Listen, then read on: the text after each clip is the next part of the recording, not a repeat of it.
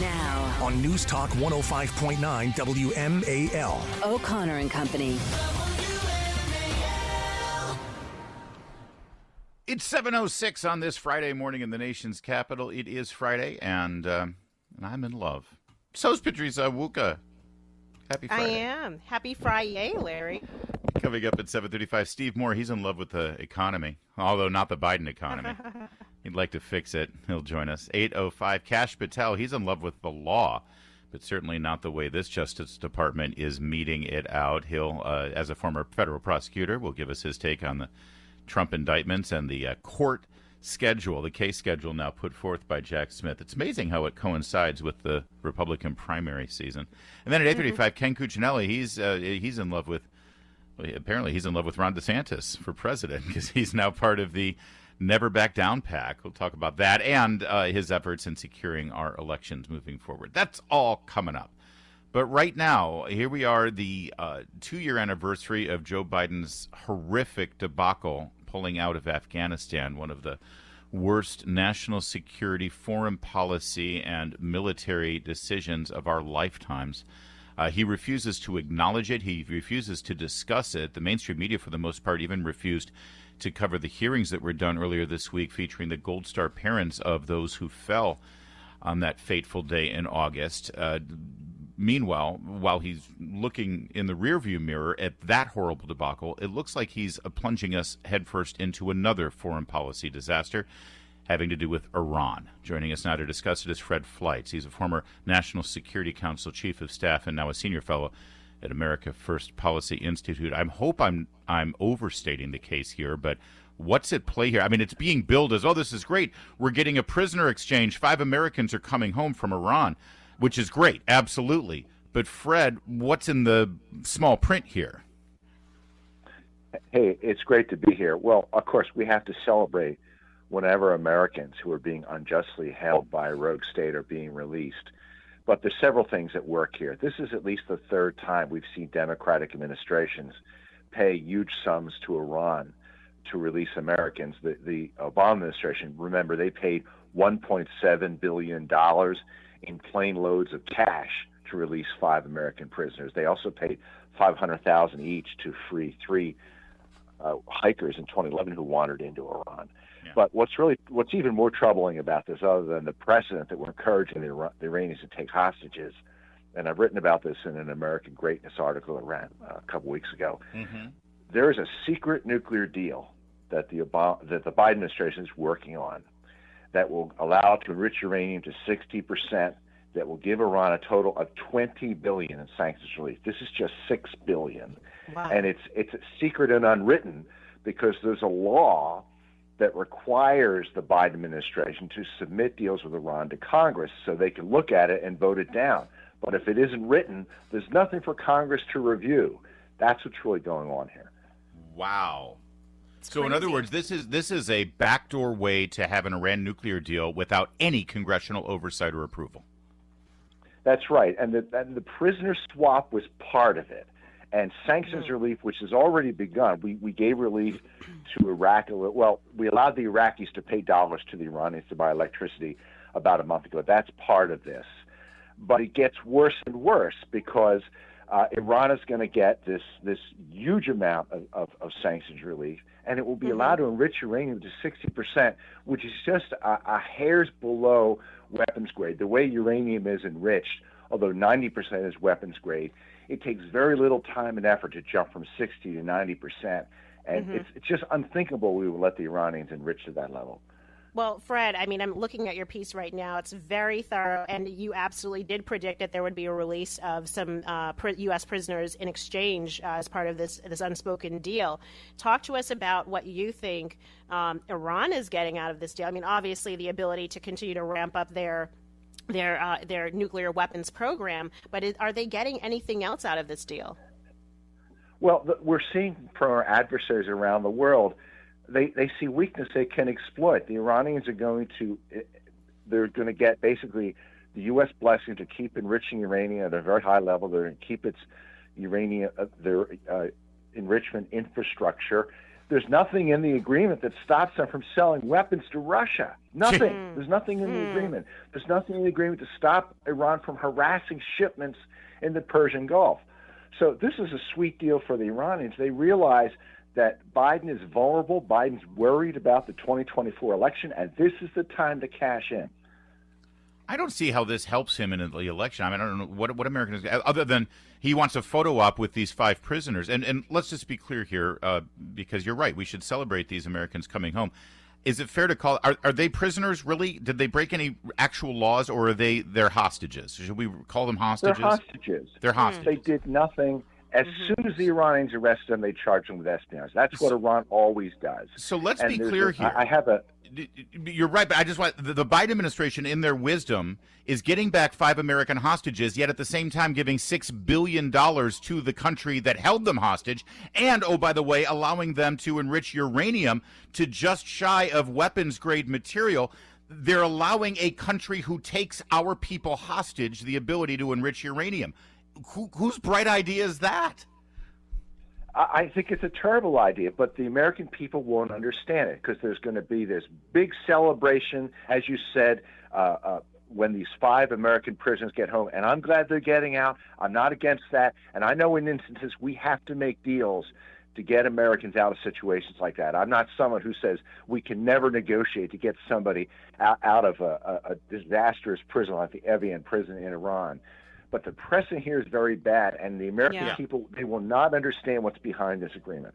So we need Congress then to step in here. What can Congress do? Or have there been any reactions that you've seen from some of our congressional allies on the Hill? Many of them have already said this is paying ransom. But I really like what Michael McCall has said, the chairman of the Foreign Relations Committee. He said, under the Iran Nuclear Review Act of 2015, you still have to report oral deals. You can't get around that by they're calling it a set of understandings. They're oral understandings. And frankly, if you ask Tony Blinken if there are negotiations or a nuclear deal, he says no. Yeah. Even worse than that, when the Israelis leaked details of this agreement, the Obama administration got mad at them. By the way, I love that you interchange Obama administration with Biden administration easily on this because they really are one and the same. No, they're one and the same. I mean, this is Valerie Jarrett. It's got her fingerprints all over it real fast because you know what they'll say, the narrative here, and because they'll say, oh, this is for clean energy, this is for nuclear power. Fred Fleitz, in your opinion, why would a country sitting on some of the largest oil reserves in the world, why would they need to enrich uranium to this level if it's not for a weapon? If it's not for, is there any other peaceful reason why Iran should need to do this with uranium? That was the position of the U.S. government before the Obama administration, that Iran is sitting on not just huge amounts of oil, but huge amounts of natural gas that far exceeds what they could possibly use. There's no conceivable reason that they need a nuclear program. There's no and if they want to have one, they could buy the nuclear fuel much cheaper on the open market than making it themselves. The only reason to make it themselves, and this is what Prime Minister Netanyahu has said, is to make a nuclear weapon. Obama conceded the right to enrich uranium. Biden is making it much worse. Fred Fleitz, great stuff. Great article at American Thank you Greatness. so much, Keep Fred. up the good work. And we will, you're right, the American people won't fully understand this unless we have interviews like this, unless we have segments like this and we can draw attention to it. Yes, there's going to be a big South Lawn celebration for these 5 hostages, and they deserve it. Give them a ticker tape parade. But look at what we're giving away for them. Look at what we're allowing Iran to do. And if you think this will stop their behavior, taking Americans hostage, you're smoking. You're snorting that stuff that they found in the White House that they can't find who dropped it. Thank you, Fred. It's 7:15 WMAL traffic and weather every 10 minutes. First on the 5s. Here's Jamie Whitten in the Hadid Carpet Cleaning Traffic Center. All right, Fairfax police with the crash on Kirby Road, south of Old Dominion Drive. Watch for their direction to get you around. North of Leesburg, 15, very slow in each direction between Whites Ferry Road and Luckett's Road, and that's due to the crash. Otherwise, 270, we're enjoying the Friday morning light commute, each direction between Frederick and the Beltway. I'm not seeing much of any backups. Love that. We do have the topside normal delays, though, on the Beltway from New Hampshire Avenue around to George Avenue and to the Wilson Bridge backing up near 210. Now from GarageDoorRepair.com, the WMAL Stormwatch 7 forecast. WMAL. Making sense of the news. Live From the Home Paramount Pest Control Studios. Home Paramount, the leader in pest control since 1939. On the next Vince Coglianese show, the biggest threat to the left? The truth. It tells you a lot. Join us 3 to 6 right here on WMAL. Patrice Onwuka there, Larry O'Connor here, and coming up at 8:05, we'll be joined by Kash Patel, a former federal prosecutor and a senior advisor in the Trump administration. And I want to ask him about this court calendar we're looking at right now. Here's what we're looking at, and Fox News broke this down pretty nicely. First GOP debate is August 23rd. August 4th, just 2 weeks before that debate, or 3 weeks before, President Trump had his first court appearance for the January 6th case, right? He was arraigned just 3 weeks before the first debate. Then the Trump organization civil suit is scheduled to begin October 2nd, but it gets better. The caucuses, the Iowa caucuses, are slated for January 15th. That's also the same day that E. Jean Carroll has a day in court for her civil defamation suit against Donald Trump. Oh, wow. It gets better. The so-called pyramid scheme class action suit, that's scheduled for January 29th. March 5th is Super Tuesday. March 25th is the day New York State is having the criminal hush money suit scheduled. May 20th is when the classified documents trial is supposed to begin. That's just 3 weeks before the Republican National Convention. Of course, we're marching toward November 5th election date. And now, even better, Jack Smith has asked that January 2nd be the day for the trial to begin. That is just 2 weeks before the Iowa caucuses. Yeah. That's when he wants the trial to begin. On which one is that? On the documents case or on the January 6th case? Not sure. Oh, that's a good question. Either way, all of the court dates are syncing up with specifically important dates in the Republican nomination process. It's looking more and more like direct election interference, and he's going out of his way. Jack Smith is going out of his way to find these court dates. Well, I mean, it doesn't get more clear than that. I mean, 2 weeks after the January 6th date is going to be the Iowa caucus. You're looking at Super Tuesday is March 5th, and you're going to have President Trump will be in court in New York within a couple of weeks of that. It wouldn't surprise me if we see some dates in February start to percolate. It does appear that these people who are suing the president, they absolutely are trying to affect the election. And frankly, the polls suggest that their efforts are backfiring, that they're actually working. It's counterproductive because his support continues to increase as Republican voters rally closer around President Trump, because it very much does seem like his political adversaries and foes are trying to diminish his political his opportunity to be reelected. And if they can't stop him from being reelected by law, they will do it in other ways. President Trump took to social media to respond to this court calendar. We'll share that with you in just a moment. And again, I want to remind you, Kash Patel will comment on this and the charges and the lack of charges against Joe Biden and the Biden family. That's coming up at 8:05. Right now, I want to tell you about how President Trump responded to the court dates that are set now, interfering with the Republican nomination process and the election. But secondly, it's about how the media is covering this. Understand something. Donald Trump thinks he's innocent, number one. He doesn't He doesn't think he broke the law. He's innocent until proven guilty. Of course he is. He should be. Yeah. And just like during the Russian collusion hoax, we were like, oh, why is he saying this, and why is he acting that way, and why is he firing James Comey? Because he was innocent, and he knew he was innocent, and he knew that they spied on him, and we know, of course, years later, of course, he was right. All right. And then there's also the fact that he is the leading candidate for president, and his opponent, the president of the United States, it's his Justice Department indicting him. Mm-hmm. It's unprecedented. This has never been done before, and great legal minds have looked at this saying, wow, this is not a slam dunk. I don't know why Jack Smith even brought these charges. This is really a gross violation of the First Amendment. So obviously Donald Trump has a beef here. But look at how The Hill characterizes it. Trump rages over 2020 election indictment trial set. Rages. He's raging. Former President Trump lashed out Thursday. Can you blame him? No, you can't. But Larry, that's clickbait. They're obviously using these inflammatory terms just to get you to get all riled up and read their article. Well, it worked. Trump says deranged Jack Smith just asked for a trial on the Biden indictment to take place on January 2nd, just ahead of the important Iowa caucuses. Only an out-of-touch lunatic would ask for such a date one day into the new year. He said such a trial, which should never take place due to my First Amendment rights.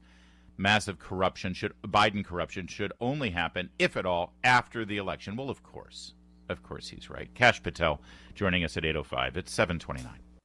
Coming up, inflation up again based on yesterday's numbers. Steve Moore, economist, will explain it all to you next. WMAL-FM, Woodbridge, Washington, a Cumulus media station. Making sense of the news. News Talk 105.9. News now On News Talk 105.9 WMAL. O'Connor and Company. It's 7:37 on this Friday in the nation's capital. Thanks for being here. Coming up at 8:05, Kash Patel, former federal prosecutor, talk about those Trump indictments, the court schedule, and what the Justice Department isn't doing about the Biden family. Also at 8:35, Ken Cuccinelli is going to join us. I'm Larry Connor alongside Patrice Onwuka. Good morning, Patrice. Hey, good morning, Larry. Well, I am definitely outmatched here with regard to the economy between you, Patrice, and Steve Moore, economist at Heritage Foundation, advisor to the Trump campaign. He joins us now. Okay, Steve, good morning. Good to have you. Hi, Larry. Hi, Patrice. Morning, Steve. Unlike Patrice, I don't have a degree in these things, but when I look at June's inflation rate at 3% and July's inflation rate at 3.2%, just from my layman's eyes, it seems to me that inflation has gone up, which is the exact opposite of what the Biden administration and the Fed said would happen. Yeah, so we did get a tick up in the inflation rate. Remember, just so people kind of have a perspective, when Trump left office, you guys know what the inflation rate was when Trump left office? Like 1.4%, something like that? Yeah, exactly. Yeah, 1.4, 1.5%, something like that. And then 18 months later, we're at 9.2%. Can you believe that? Jeez. To go from 1.5 to 9.2, that's pretty tough. I didn't think that was possible. So that's when we hit it was a year ago, we hit the big peak in inflation. Since then, the inflation rate has come down, but we're still at 3.2%, which is well above the 2% target that the Fed wants for the appropriate level of prices. But, it's interesting. Last night I was up looking at the components of the inflation because, the inflation rate is looking at hundreds of products. Mm-hmm. But when you look at the products that people have to buy, when you look at, for example, the biggest increases in the consumer price index, number one was gasoline. Gasoline prices are up about 35 to 40% since Biden came into office. Then you look at rents; they're up like 30%. Mm-hmm. Food is up 20 to 25%. I'm talking about since Biden came into office. Yes. So when I say like on Fox or something, the inflation rate's 3 or 4%. I can't tell you how many times people come up at me and they get angry at me. They say, "Why are you saying inflation's only 4%? I'm paying, so much at the grocery store. I'm paying so much at the gas pump. I'm paying you should see my mortgage payment." Yeah. So the real inflation rate that middle class people are paying on the things you have to buy, the necessities, I think is a lot higher, Larry. I think it's like 5, 6, 7%. I think you're right, Steve. And I mean, I think what we reported yesterday is inflation from this time last year. That doesn't count inflation from last year to the year prior. So that's why it's so much higher. Talk to us, though, about the polling. So, we're seeing polling here that, people are not bought into Bidenomics and they don't feel the economy is in a good place. 49% A New York Times Seneca College poll said the economy is in a poor place. Half of Americans. So why is it that you think that the Bidenomics messaging is not resonating? Because the economy is in a, in a really poor place. I mean, yeah, look, I mean, first of all, when you have, let's take the inflation rate. We were just talking about that. Even accepting the official rate, that means that it's like 15% on a sales tax you're paying on everything you buy, thanks to Biden being in office. When you go to the store and buy something, you're paying essentially a tax. That's why when Biden says, "Oh, I haven't raised taxes on middle class people," yes, he has. Inflation is the very definition of a tax. But then you look at what's happening to the national debt. I mean, the national debt, we have the most financially reckless president in the history of the United States. In just 30 months, he's increased the national debt by over $6 trillion. Over $6 trillion in 30 months. I mean, that's incredibly reckless policy. And then you look at what's happening with people's incomes. I think the major reason that people are feeling so financially stressed right now is that prices are up 15%, and incomes for middle-class people are up about 12%. So do the math there. That means the average family has lost 3% in terms of their income. And for the average family, that's about, we estimate, there's different estimates. My best estimate is about $4,000 to $5,000 in lost income. In other words, Larry, that means the average person is $4,000 to $5,000 poorer since Biden came into office. That said, Steve Moore is our guest, and he's with the Committee to Unleash Prosperity as well. I get your daily Unleash Prosperity hotline. It makes me smarter. I suggest everybody subscribe to it. You've been watching China quite a bit. A recent version of the Unleash Prosperity hotline informed me that unemployment in China right now for young people aged 16 to 24 has hit over 20%. And if you look down further into the numbers, right now, they're looking at an economy in China right now worse since 2009. They're having deflation. They've got recession. Does this explain a lot of the geopolitical issues that we've got going on right now? And does it also draw into focus that the economy is an important issue, surely because of our bank accounts and our budget and our credit card debt, but it's also a national security issue when it comes to China? Well, it certainly is a national security issue, and China's economy is kind of a mess right now. You're right, they haven't grown much. When you have 21% of young people unemployed, that can cause a lot of political friction. And by the way, I hope that happens. I mean, they need a regime change in Beijing. You have a autocratic communist government there in China that is hurting its own people, but also a threat to its neighbors with its buildup in its military. One of the problems I have with what Biden has done, and I've talked to Trump about this, I mean, Trump is right on this, that almost everything Biden has done with respect to the American economy has been playing into the hands of our enemies. So, again, you always get me mad when I ask you questions, but do you remember the first thing? What was the first act of the Biden administration? Do you remember? Keystone Pipeline, wasn't it? Yes. Ding, ding, ding. He comes in and he kills a vital part of our energy infrastructure, pipelines. We need pipelines so we can get our oil and gas from North Dakota and Texas to, Massachusetts and New York and parts of the country. And he choked off that infrastructure.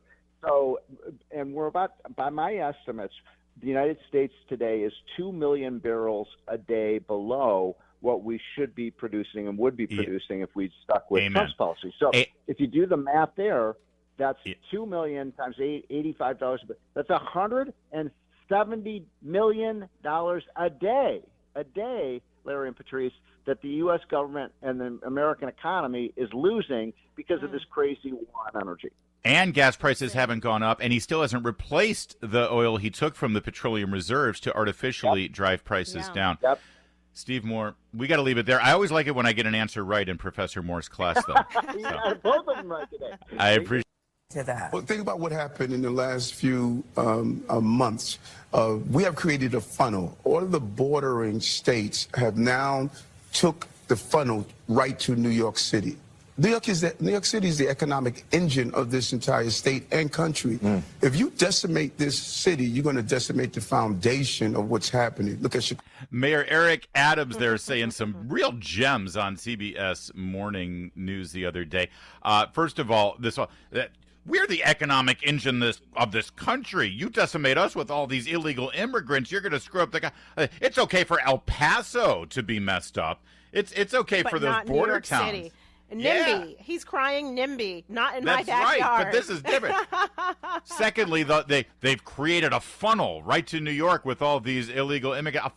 They've gotten a drip and a drop of what Texas and Arizona and New Mexico and California are dealing with. It's Florida. Well, they're not. It's not a funnel. If only it were a funnel. Let's not forget that the Biden administration is also helping. They're flying and busing people throughout different parts of the country. Yeah. Listen. Eric Adams is looking for federal money. That's why he has been blasting the Biden administration directly over the past week, and it has paid off because I believe President Biden sent Tom Perez, a White House aide, to go give some hush money to Mayor Adams. So. Yeah. Look for Maria Bowser to start using her bully pulpit, and of these other cities' mayors to start using their bully pulpit to get some cash. Which, by the way, proves Governor Abbott's point in doing this in the first place, which was just watch.